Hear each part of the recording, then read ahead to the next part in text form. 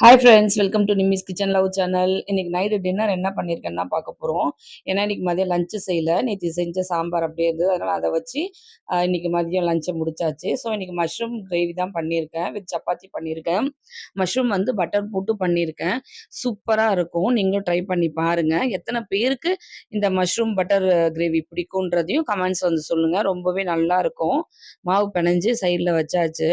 இப்போ மஷ்ரூம் கிரேவிக்கு என்ன பண்ணுறோம் அப்படின்றத பார்க்கலாம். பட்டர் கொஞ்சம் போட்டுக்கோங்க. பட்டர் கொஞ்சம் போட்டுட்டு நல்லா மெல்ட் ஆகட்டும். கொஞ்சம் பட்டர் வந்து நல்லா ஒரு 2 ஸ்பூன் போட்டுக்கோங்க. எனக்கு கட்டியா இருந்ததுனால கொஞ்சம் கொஞ்சமா 2 ஸ்பூன் எடுத்து போட்டுக்கிட்டேன்.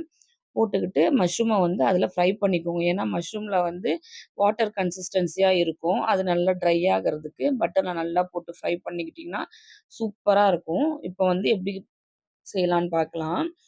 பிரிஞ்சி இலை, ஒரே ஒரு ஏலக்காய், சோம்புத்தூள், அப்புறம் கிராம்பு இது போட்டு நல்லா வந்து பொரிய விட்டுட்டு, ஒரே ஒரு பச்சை மிளகாவும், கருவேப்பிலையும் போட்டு நல்லா பொரிச்சுக்கிட்டேன். தென் அடுத்து வந்து வெங்காயத்த போட்டு நல்லா ஃப்ரை பண்ணிக்கலாம்.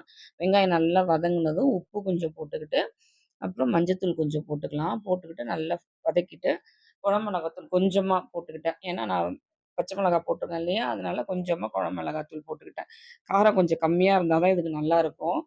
ஸோ தக்காளி அரைச்சு வச்சிருக்கேன். தக்காளி, இஞ்சி, பூண்டு கொஞ்சம் கொஞ்சம், அப்புறம் புதினா கொஞ்சம் அரைச்சு வச்சிருந்தேன்.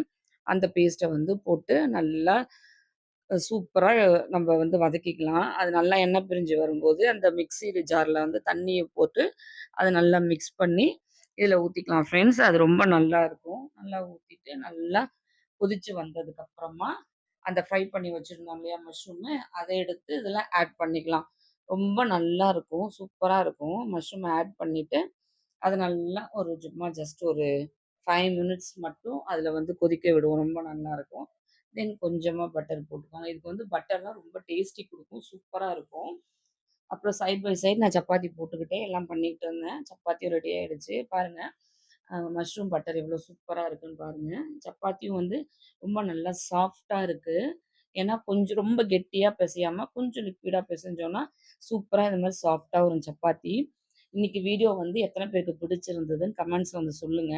லைக் பண்ணுங்க, ஷேர் பண்ணுங்க. வீடியோ ஃபுல்லா பாருங்க ஃப்ரெண்ட்ஸ். என்னோட சேனல் உங்களுக்கு பிடிச்சிருக்கும்னு நம்புறேன். ஸோ நிம்மிஸ் கிச்சன் லவ் சேனல சப்ஸ்கிரைப் பண்ணுங்க, லைக் பண்ணுங்க, ஷேர் பண்ணுங்க. Thank you.